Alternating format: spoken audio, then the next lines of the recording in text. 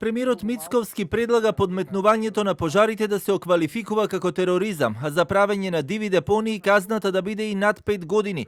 И денеска говорејќи за последните случувања и пожарите вели останува на ставот дека станува збор за центри на моќ кои стојат позади тоа и затоа ќе мора сериозно да се пристапи кон законските измени и носење на построги казни. Повикувам и несовесните граѓани кои што ги формираат овие диви депонии да престанат да ги формираат, затоа што сите оние кои што ќе бидат фатени, ќе бидат најстрого казнети, а во рамките на парламентарната процедура разговарав со координаторот на пратеничката група на ВМРО-ДПМН итно да имаме измени во законите со кои што подметнување на пожар ќе биде оквалификувано како дело на тероризам, а одлагање на смет онаму каде што не му е местото ќе биде друго кривично дело кое што ќе се казнува со казна затвор поголема од 5 години. Телевизија 24 ја контактираше и пратеничката група на ВМРО-ДПМН во законодавниот дом, од каде велат дека и претходно размислувале за таква опција, односно законски измени со поригорозни казни,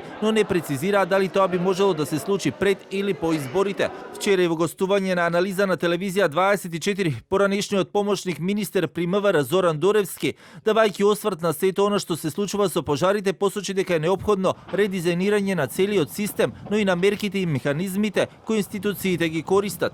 Моето лично мислење е дека сепак е многу по-локална и по-интерна хибридната војна, да кажам во наводници. Точно е дека институционалниот одговор не е добро координиран и немаме соодветна реакција. Институционалниот одговор не делува синхронизирано.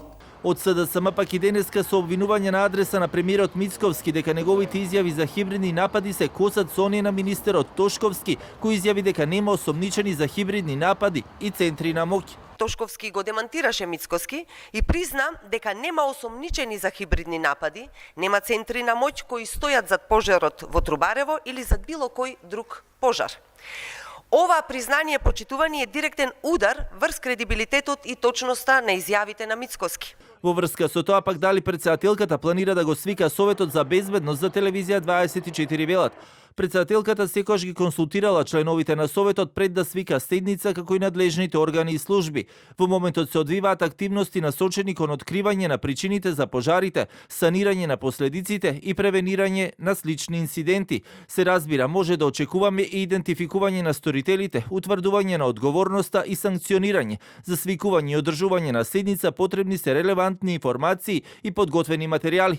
Во јавното обвинителство пак веќе е отворен предмет за случајот Трубарево, а до сега идентификувани се 20 лица за кои постојат основни сомневања дека стојат зад пожарите.